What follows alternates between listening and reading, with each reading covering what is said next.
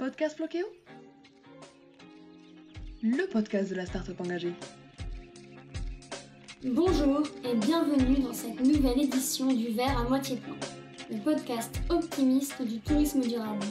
Après vous avoir fait découvrir les merveilles d'Afrique à travers le Tchad, l'Afrique du Sud, les différentes zones humides du continent, sa faune et sa flore, nous vous embarquons ce dimanche matin vers un voyage immobile à la rencontre d'Anouchka, diplômée d'un master management de l'écotourisme à Madagascar. L'occasion d'en apprendre plus sur le tourisme durable dans cet immense état insulaire, l'île Rouge, réputée pour ses espèces endémiques et la beauté de ses paysages. Bonjour Anouchka, bienvenue et merci de participer à cet épisode. Est-ce que tu pourrais te présenter et présenter ton parcours ? Oui, bonjour. Donc, je suis Anouchka, j'ai 25 ans, j'ai effectué ma scolarité à Vatel, une école de management hôtelier. Donc, j'ai effectué ma seconde année Vatel au Mexique et ma dernière année d'études à Madagascar en choisissant de me spécialiser à l'écotourisme. Pour toi, pourquoi est-ce que c'est important que les jeunes se forment dans le tourisme durable ? Pourquoi tu as choisi cette spécialisation de master ? Parce que tout d'abord, il faut savoir que l'industrie du tourisme participe en grande partie au réchauffement climatique et selon moi, les futurs acteurs de ce secteur doivent être sensibilisés aux enjeux environnementaux et sociaux et surtout s'engager dans une démarche plus responsable et plus respectueuse. Est-ce que tu pourrais nous partager ta vision du tourisme durable ? Alors, selon moi, pour les voyageurs, c'est voyager tout en limitant son impact sur l'environnement. Ça passe par le choix du transport, du logement et des activités. Et pour les acteurs du tourisme, c'est un système de création de valeur qui promeut les ressources naturelles et culturelles d'un territoire tout en intégrant une dimension sociale, donc en intégrant la population locale, son patrimoine et sa culture, en mettant en valeur les ressources naturelles locales également. Et du coup, tu as fait donc ton master à Madagascar. Est-ce que tu pourrais nous parler de la situation actuelle du tourisme durable à Madagascar et les enjeux auxquels fait face l'île, ce que tu as pu constater sur place en termes d'écologie, d'environnement et de durabilité ?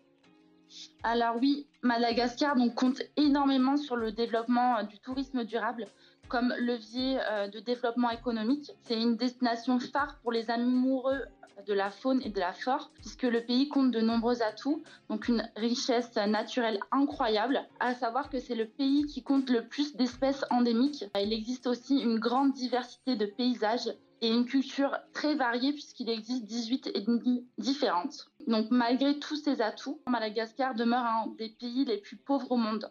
Ça rend difficile l'accès à l'éducation et aux soins médicaux. Donc cette pauvreté s'est accentuée pendant la crise sanitaire puisque 80% des emplois sont générés par le secteur du tourisme. Les conditions de vie sont particulièrement rudes. Ils cuisinent donc avec du charbon. Ils pratiquent la culture sur brûlis. Donc c'est une des raisons principales de la déforestation à Madagascar. Donc ils mettent feu à des parcelles pour faire du charbon et pour cultiver les terres, ce qui détruit l'habitat de la faune et de la flore, mais surtout la fertilité des sols, ce qui empêche de nouveaux végétaux de pousser. En ce moment, le sud de Madagascar fait face à une sécheresse prolongée qui a engendré une énorme famine.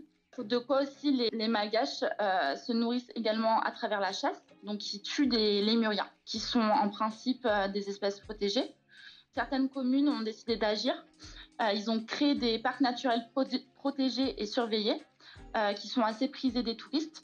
Donc on peut voir sur place des lémuriens, des boas, des caméléons, plein d'espèces d'oiseaux. Donc ça permet aussi la création d'emplois directs et indirects et ça permet de limiter la chasse.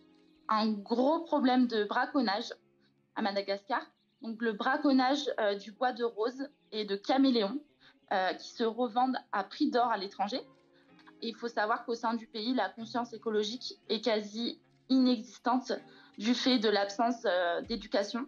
Qu'est-ce que tu pourrais conseiller à quelqu'un qui souhaite voyager de manière plus durable à Madagascar, que ce soit en termes de lieux, d'activités, de rencontres, d'expériences ? Alors, ceux qui souhaitent faire un voyage durable à Madagascar, c'est une destination de rêve. Ils ne sont pas déçus du voyage. Pour ceux qui souhaitent, il y a possibilité de faire un parcours tout tracé parce qu'il existe une agence de voyage qui s'appelle Madagascar Autrement, qui propose des itinéraires découvertes alliant la rencontre avec la population locale, les visites des lieux culturels et naturels. Et sinon, si ils souhaitent voyager en autonomie, c'est possible, mais je recommande toujours d'être accompagné avec un guide chauffeur, donc une personne qui parle malgache, qui connaît la destination et ses coutumes. Donc il faut bien sûr privilégier les modes de transport locaux. Donc vous avez le pousse-pousse par exemple, les hébergements locaux, les restaurants et artisans locaux. Donc en général, ces établissements sont construits avec des ressources présentes sur place. Donc par exemple de la terre cuite, de la charpente en bois et de la paille. Donc c'est des matériaux durables et respectueux de l'environnement.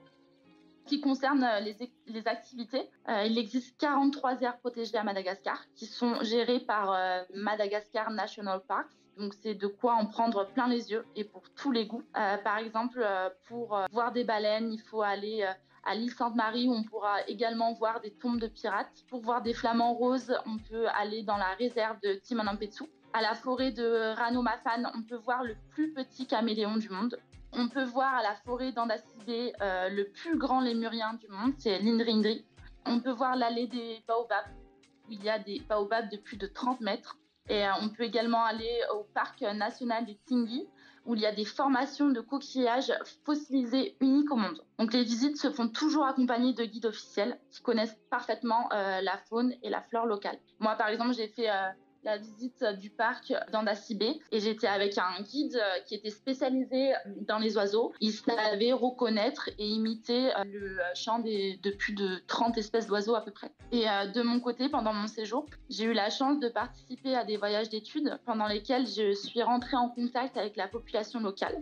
Donc avec ma classe, on a rencontré, échangé avec des acteurs du tourisme engagés et on a visité des lieux mettant en valeur l'environnement et la population. Donc, par exemple, il y a une association qui s'appelle ABC Domino, qui est à l'origine de la création d'une école dans une zone rurale reculée. Donc, ils mettent en œuvre un programme d'action scolaire, de nutrition et d'accès aux soins. Donc, une personne qui souhaite voyager durablement peut contribuer à son échelle sous la méthode du donnant-donnant, en prenant l'échange avec la population et en laissant une trace bénéfique sur son passage. Merci beaucoup. Est-ce que tu aurais une anecdote de voyage, quelque chose qui t'est arrivé là-bas et qui t'a marqué, que tu aimerais nous partager ? Alors, c'est pas une anecdote, mais il faut savoir qu'à Madagascar, il existe une coutume assez particulière appelée fadi. Ce sont des interdits culturels qui diffèrent en fonction de la région et les étrangers sont invités à les respecter, donc à les connaître. Ils font partie intégrante de l'identité malgache. Ça peut concerner un objet, une action ou un lieu particulier. Il est interdit de pointer une tombe du doigt ou encore de manger de la chèvre. Et si une personne ne respecte pas un fadi, elle peut tomber malade ou même mourir. Madagascar est connu pour la richesse de sa faune et de sa flore, comme tu nous l'as expliqué tout à l'heure avec les nombreuses espèces endémiques. Est-ce que tu penses que le développement du tourisme durable sur l'île ce soit une clé pour la sensibilisation du public, donc les habitants, les touristes, les professionnels, à la protection donc, de cette faune et de cette flore? Et qu'est-ce que tu pourrais conseiller aux voyageurs qui nous écoutent pour contribuer eux aussi à leur échelle à cette protection? Alors oui, bien sûr, c'est une clé pour la sensibilisation du public, mais surtout de la population locale. Donc par exemple, quand j'ai parlé tout à l'heure de la création d'un parc naturel dans une zone qui était auparavant utilisée pour chasser les lémuriens, ils se sont rendus compte que conserver les lémuriens, ça permettait de ramener des touristes. C'est un levier économique pour la création de richesses. Et puis pour ce que je conseillerais aux voyageurs, c'est d'opter pour des activités respectueuses de l'environnement et veiller à toujours respecter la protection des animaux. Donc nous arrivons à la fin de ce voyage immobile. Est-ce que tu as quelque chose à ajouter ? Non, je crois que j'ai tout dit. Je conseille en tout cas cette destination qui est magnifique. Merci beaucoup Anouchka de nous avoir transportés à Madagascar. Merci à vous, nos auditeurs, pour vos retours, votre soutien et votre écoute si fidèle.